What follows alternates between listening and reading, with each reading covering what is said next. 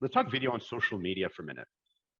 How would you say, let's say, video being used on TikTok or Instagram, whether it's reels or just general posts and all of that? What kind of effect? Because we were talking about like, so far we talked about like traditional television. Then we talked about streaming, like your services, right? Like streamisrael.tv. If you guys still didn't check it out yet, why are you even listening?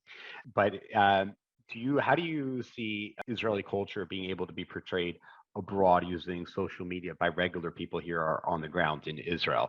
Do you think that is a conscious decision from influencers here that, hey, I want to represent Israel and be an influencer to the greater audience? One, because there's a lot more opportunities and money and many more viewers than they can get than, let's say, domestically. Are you seeing people kind of doing something similar, but just as an individual through social media?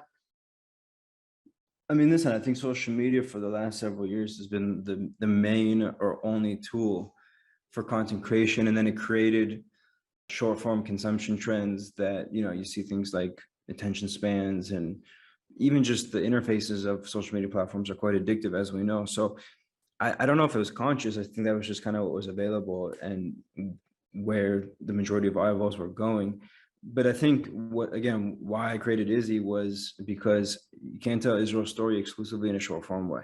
You just can't, Right. because there's no context and nuance or very minimal nuance, right, in short form. And so I think where social media can be very powerful for Israel is it can be a teaser, like a preview, but then it has to lead to the actual, entree, full set of content that we hope IZZY can be for a lot of people. But not only, I mean, if you want to go watch Israeli content on Netflix, or there's Israeli content on HBO, whatever.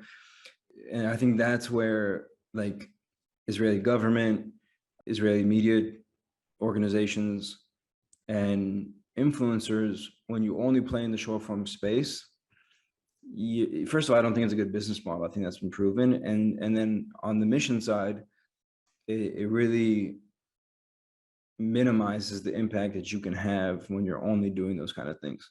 Mm-hmm. Got it. Yeah. And for those that don't know, social media platforms reward strongly for how long they consume your content. So if you create longer content and it is consumed like, at length, you'll get much more reach. They'll reward you with that because they're consuming your content on their platform and spending more time. But that's a fallacy. I'll tell you why that's a fallacy in some cases. Yeah. Because at the end of the day, people are consuming social media on their phones.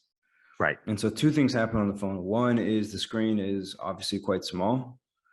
And two, it's a multitasking environment, meaning you're getting notifications. Even if you're just on Instagram or Facebook or YouTube, and you might see something else and that catches your attention, so that takes you away. So what you said is true in theory, but in reality, the likelihood that people are going to spend, let's just call it 5 or 10 minutes, on quote unquote long form content on social media is not really true. I mean, there are exceptions, don't get me wrong, but the likelihood that you can keep somebody's attention on a small screen with all the distractions that come with the phone, I think actually makes it that you might start watching a 5-minute video, but are you going to finish it? I think the likelihood is probably not. And it's not necessarily because it's a bad video. That could be the case in some cases, but it's mainly the case that there's just too many other distractions and options at your disposal at any given time on Instagram or YouTube or Facebook or whatever, so that you're being pulled in so many directions that eventually you're going to break. Mm-hmm.